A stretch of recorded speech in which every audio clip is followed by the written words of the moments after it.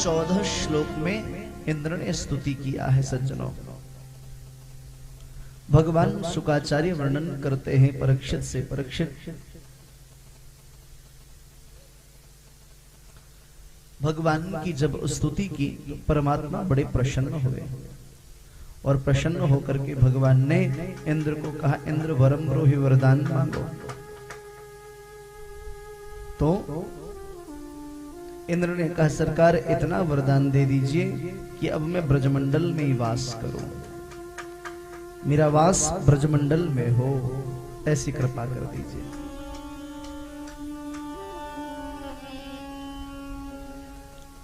भगवान ने कहा, भैया गोवर्धन नाथ की तलहटी में वास करना बहुत साधारण नहीं है।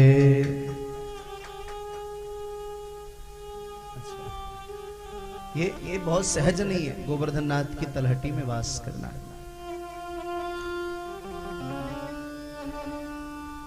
जाइए, सबसे पहले आप अपने कार्य को संपन्न करें। इंद्र के पद पर विराजमान है, उस कार्य को संपन्न करें। बाद में आप तलहटी में आकर के रहना। सबने मिलकर के प्रार्थना की ना है। इंद्र ने, सरकार गिरिराज वास मैं पाऊं, ब्रज तज बैकुंठ न जाऊं, विचरूं मैं लता पतन में, गिरिराज तलहटी वन में। श्री गिरिराज वास मैं पाऊं, ब्रज तज बैकुंठ न जाऊं। श्री गोवर्धन नाथ की तलहटी में मैं वास करना चाहता हूं, भगवान ने मना कर दिया है। व्यक्ति अपने पुण्य कर्म के फलस्वरूप भगवत भजन कर ले, भगवत कथा श्रवण कर ले, भगवत प्राप्त महापुरुषों की सन्निधि को प्राप्त कर ले, ऐसा संभव नहीं है। परमात्मा जब जीव पर विशेष अति विशिष्ट कृपा करते हैं, तभी जीव को भगवत शरणारविंद की प्राप्ति भी होती है। महाराज 14 श्लोक में स्तुति किया, भगवान ने इंद्र को क्षमा कर दिया और इंद्र प्रस्थान किए। यहाँ एक प्रश्न उठता है मन में। कल आपने एक कथा श्रवण की, ब्रह्मा जी को मोह हो गया। भगवान श्री मधुमंगल के शरण के ऊपर गिरे हुए कढ़ी को जब देखा तो श्री ठाकुर जी चाटने लगे। जब कढ़ी को चाट रहे थे तो ब्रह्मा की बुद्धि विकृत हो गई और महाराज ब्रह्मा ने परीक्षा लेने के लिए ब्रजवासियों को चुरा लिया। कल ये कथा आप लोगों ने श्रवण किया। 42 श्लोकों में स्तुति किया है। 14वें अध्याय में नौमीड्यते ब्रवपुसे तडिदंबराय, नौमीड्यते ब्रवपुसे तडिदंबराय,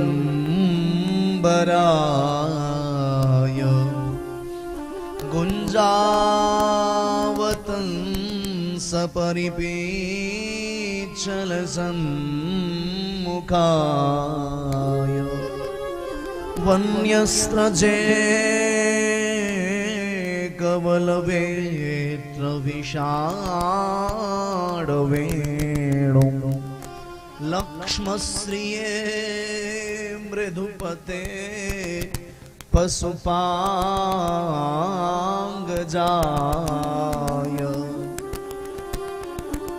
स्तुति की ना, भगवान ने ब्रह्मा को क्षमा नहीं किया लेकिन इंद्र को क्षमा कर दिया। सज्जनों, यहाँ पर चिंतनीय विषय है। 42 श्लोक में इंद्र ने स्तुति की, 14 श्लोक में तो भगवान ने इंद्र को क्षमा कर दिया। ब्रह्मा ने 42 श्लोकों में स्तुति की, परमात्मा ने ब्रह्मा को क्षमा नहीं किया। आखिर क्यों? बहुत ध्यानपूर्वक समझिएगा। क्या परमात्मा के मन में भी भेद बुद्धि है? भगवान भी किसी को बड़ा और छोटा समझते हैं। जिसने बढ़िया रबड़ी चढ़ाई भगवान उस पर खुश हो जाएंगे और जिसने लड्डू चढ़ाई उस पर ठाकुर जी खुश नहीं होंगे। क्या परमात्मा के मन में भेद बुद्धि है? बोले नहीं।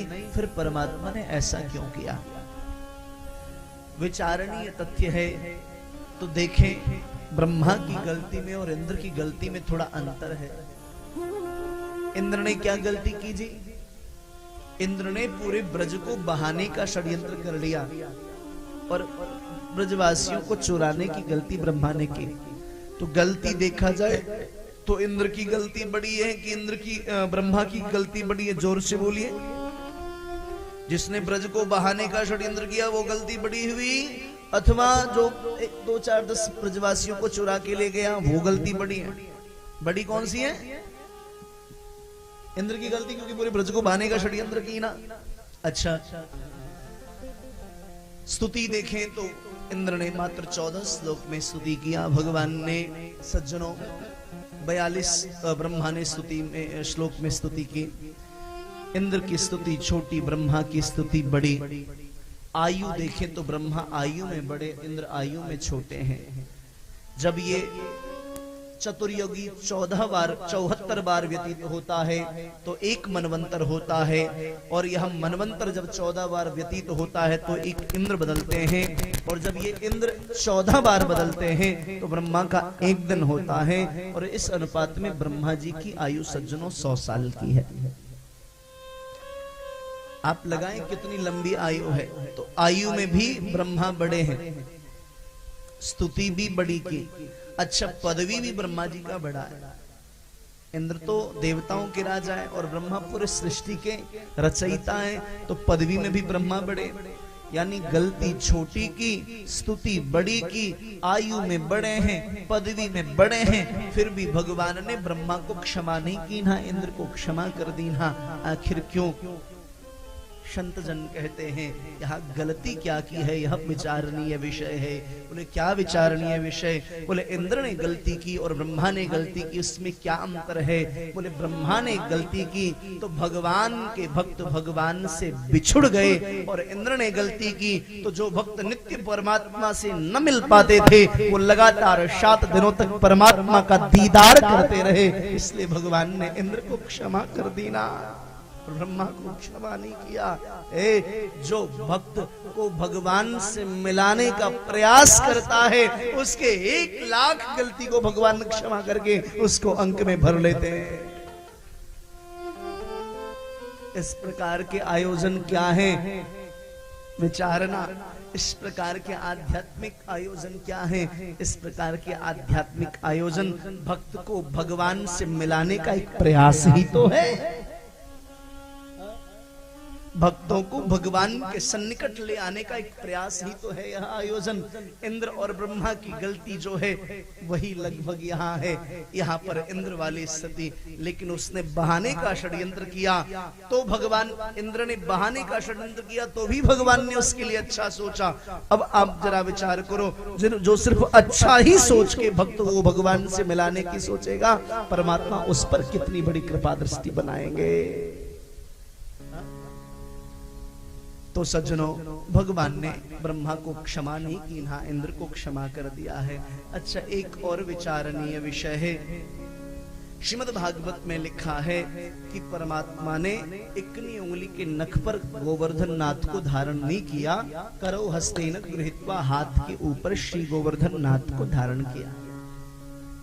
लेकिन ब्रज के प्राचीन कवि कहते हैं, नख पर लीनो गिरवरधार कन्हैया मेरो 1200। नख के ऊपर श्री गोवर्धन नाथ को गोविंद ने धारण किया। इसलिए सब लोग यह जानते हैं कि इकनी उंगली के नख पे श्री ठाकुर जी ने धारण किया। तो सज्जनों, यदि इकनी उंगली के नख पर धारण किया तो आखिर क्यों इशारा कर देते, चारों ओर बारिश होती वही ना होती है? चारों ओर बारिश होती और वहीं बारिश न होती, अथवा इशारा करते गोवर्धन नाथ स्वयं उठ जाते, या फिर महाराज अंगुष्ठा मोटी उंगली है, तर्जनी थोड़ी मजबूत है, इस पर उठाते। ये बेचारी पतली सी नन्ही सी उंगली, इसकी क्यों जान ले रहे थे ठाकुर जी? ध्यान देना, श्री ठाकुर की प्रत्येक लीला के पीछे कुछ न कुछ कारण छुपा हुआ है। अंगुष्ठा जो है इस सामने वाले को तिलक लगाने के काम में आती है। प्यार से बोलिए जय श्री कृष्ण। सामने वाले को तिलक हम किससे लगाते हैं? अंगुष्ठे से लगाते हैं। तर्जनी अभिमान का प्रतीक है। देख लूंगा तुम्हें,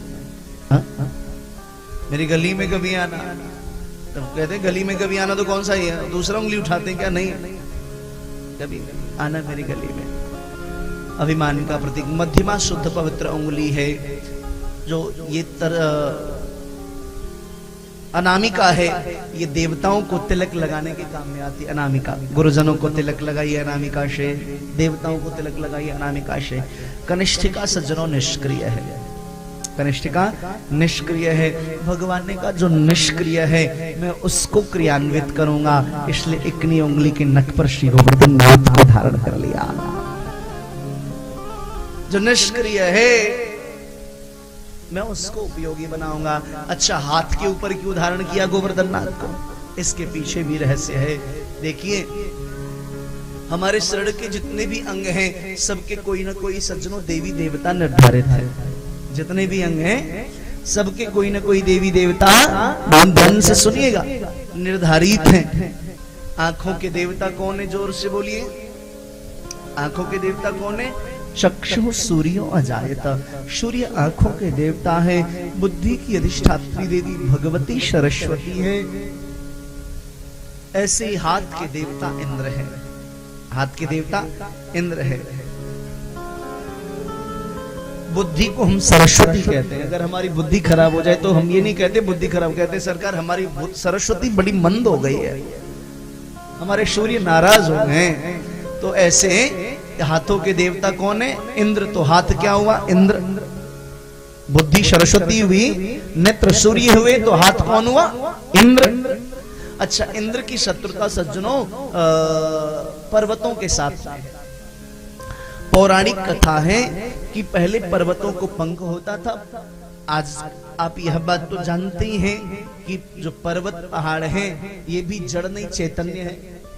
कहते ना ये पहाड़ मरा हुआ है और ये जिंदा पहाड़ है। सुना है कि नहीं? ये तो सुना होगा कि ये जिंदा पहाड़ है, ये मरा हुआ पहाड़ है।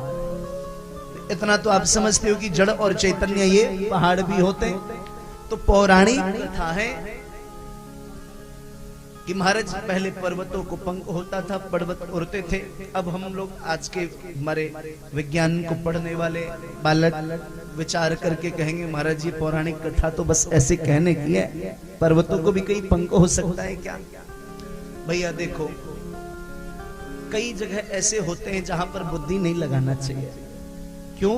क्योंकि हमारी नाशवान बुद्धि, विषयी बुद्धि ईश्वरीय तत्व को नहीं समझ सकता।